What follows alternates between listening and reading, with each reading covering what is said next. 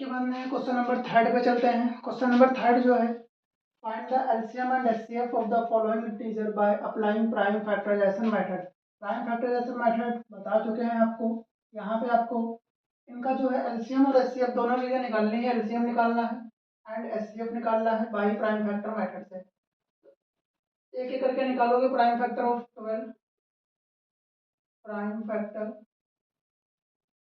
Of 12, इसको सीधे लिख सकते हो। 2 2 जा 4 हो गया और 3 12 हो गया। ऐसे ही 51 के लिखोगे। Prime factor, prime factor of 15। Prime factor of 15 जो आएंगे 3 इंटू 5 आ जाएगा। फिर उसके बाद में प्राइम फैक्टर ऑफ 21। तो 21 के जो होंगे 7 इंटू 3 हो जाएंगे। एलसीएम इंटू एचसीएफ को ध्यान से देख लीजिए दोबारा से कि किस तरीके से एलसीएम लिखा जाएगा और कैसे एचसीएफ लिखा जाएगा। एलसीएम और एचसीएफ, तो जब भी एलसीएम लिखना होगा तो एलसीएम में आपको क्या देखना है कि तीनों में जो कॉमन है, तीनों में कॉमन 3 है, ये 3 है, ये 3 है। इसको एक बार लिख लो, जो बचा है वो सारा लिख लो। 2 हो जाएगा, इंटू 2 हो जाएगा, इंटू 5 हो जाएगा, इंटू 7 हो जाएगा। इनकी मल्टीप्लाई कर लीजिए। 2 2 जा 4 हो गया, 4 3 जा 12 हो गया, 12 5 जा 60 हो गया और 67 जा 420 हो गया। ये इसका एलसीएम आ गया। इसी तरीके से एचसीएफ लिखा जाएगा। अब एचसीएफ में आपको बताया कि जो दोनों तीनों चाहे 2 के हों या 3 के हों, तीनों में देखोगे क्या कॉमन है, तो तीनों में 3 कॉमन है, तो इसका एचसीएफ 3 हो जाएगा। अभी थोड़ा सा डाउट इसमें अगर रह गया हो तो उसको एक बार एक चीज और देख लीजिए। जैसे एस सी एफ 3 आया है, तो जो ये 3 होगा, ये यहाँ पे जो फैक्टर आपके कौन कौन से थे, 12 थे, 15 थे, 21 थे। तो ये 3 तीनों की टेबल में आएगा, तीनों को ये डिवाइड कर देगा। 3 4 जा 3 5 जा और ये 3 7 या 21 हो गया। ये मतलब होता है एस का जो भी एस होगा, वो जो नंबर होंगे वो सब उससे डिवाइड हो जाएंगे। फिर उसके बाद में जो ये एस सी एफ एलसीएम आया है 420, तो जो 420 एलसीएम आया है, यहाँ पे ये जो नंबर आपके जो फैक्टर 12 15 20 है, इसके टेबल में ये सारे आ जाएंगे। तो इस तरीके से ये एलसीएम का मतलब होता है। एलसीएम और एचसीएफ में कोई डाउट नहीं रहा होगा। फिर भी एक बार दोबारा से अगला जो क्वेश्चन है इसका भी एलसीएम और एचसीएफ निकालना है। अब जैसे कि जो 17 है, तो 17 के लिखोगे प्राइम फैक्टर ऑफ 17। 17 एक प्राइम नंबर है जो किसी के टेबल में नहीं आता है, तो इसके फैक्टर 1 और 17 ही होंगे। इसी तरीके से दूसरे का लिखोगे prime factor prime factor of 23। तो 23 के 1 और 23 ही होंगे। फिर उसके बाद में प्राइम फैक्टर ऑफ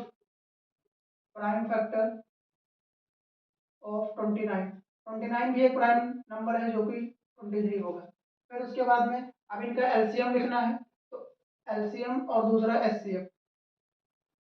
एलसीएम अगर देखोगे तो इसमें सिर्फ 1 ही मिलेगा, तो यहाँ पे 1 लिख दोगे। उसके बाद में हमें जब एलसीएम लिखना होता है तो जो कॉमन होता है तो उसको 1 टाइम लिखा जाता है, बाकी जो बचता है वो पूरा लिख लिया जाता है।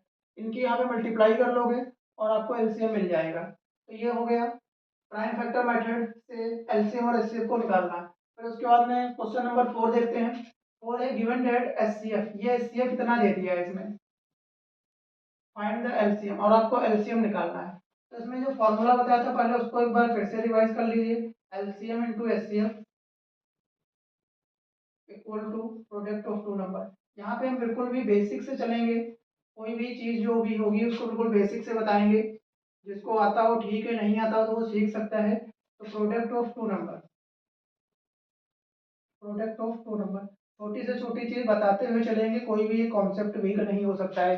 जो चैप्टर यहाँ से पढ़ोगे उस चैप्टर से कोई भी क्वेश्चन आएगा छूटेगा नहीं, क्योंकि इतने आराम से सिलेबस को कंप्लीट भी टाइम पे करा देंगे और एक एक चीज आपको मिल जाएगी। तो LCM into HCF equal to product of two number होता है। अब यहाँ पे क्वेश्चन में हमें क्या निकालना है, एलसीएम निकालना है। और जो एचसीएफ है, एचसीएफ यहाँ पे 9 दे दिया है, ये यहाँ पे 9 दे दिया है। तो क्या इस एचसीएफ की जगह पे 9 लिख सकते हैं, यहाँ पे 9 लिख लिया। एलसीएम निकालना है तो एलसीएम ऐसे ही लिख लिया। उसके बाद में प्रोडक्ट ऑफ टू नंबर, तो प्रोडक्ट ऑफ टू नंबर ये जो होते हैं नंबर होते हैं, ये ए हो गया ये बी हो गया, ये दो नंबर हैं। इनका प्रोडक्ट यहाँ पे तो ये सीधे लिख लोगे 306 और इंटू 657, ये दोनों नंबर का प्रोडक्ट लिख लिया। अब एलसीएम निकालना है। कोई भी चीज़ अगर मल्टीप्लाई में होती है तो उधर जो लिखा होता है उसके डिवाइड में आ जाता है। तो एलसीएम इक्वल टू ये आ जाएगा 306 और इंटू 657।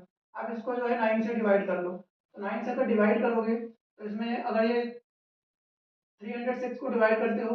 अब 9 का रूल ये होता है कि जो लास्ट का नंबर हो, टोटल जो सम हो वो 9 के टेबल में आ जाए तो 9 से डिवाइड हो जाएगा। तो यहाँ पे देखा कि 639 है जो कि 9 के टेबल में आ जाता है, तो 9 से सीधे उसको अगर डिवाइड करेंगे तो 9 3 जो हो जाएगा 27, 3 बचेगा, 9 4 जो हो जाएगा 36। दोनों की मल्टीप्लाई कर लोगे, 34 इंटू 6 57, और आपका इसमें एलसीएम आ जाएगा। एक बार दोबारा से देख लीजिए कि जब भी हमें एलसीएम और एचसीएफ निकालना होगा प्राइम फैक्टर मेथड से, तो इस तरीके से जो भी नंबर होंगे उनके पहले फैक्टर लिखोगे, फिर एलसीएम लिख लोगे। एलसीएम लिखने का तरीका बता दिया है कि एलसीएम में जो कॉमन हो उसको एक बार लिखना है, बचे हुए सारे पार्ट लिख लेने हैं। ऐसे ही एचसीएफ में जो कॉमन होगा सब में सिर्फ वही लिखा जाएगा। तो इस तरीके से ये क्वेश्चन हो जाएगा। अगला जो है, यहाँ पे हमें एलसीएम निकालने को कह रहा था, तो इस तरीके की जब ये कंडीशन आएगी, कोई 3 चीजें दी होंगी और 4th चीज आपको इसमें पूछ रहा होगा। सबसे पहले ये फॉर्मूला लिख लोगे, इस फॉर्मूले में जो जो वैल्यू आपको पता होंगी वो पुट कर दोगे और जो बचेगा वो यहाँ से निकाल लोगे। क्वेश्चन 4 कंप्लीट हो जाता है। उसके बाद में चलते हैं क्वेश्चन नंबर 5 की तरफ।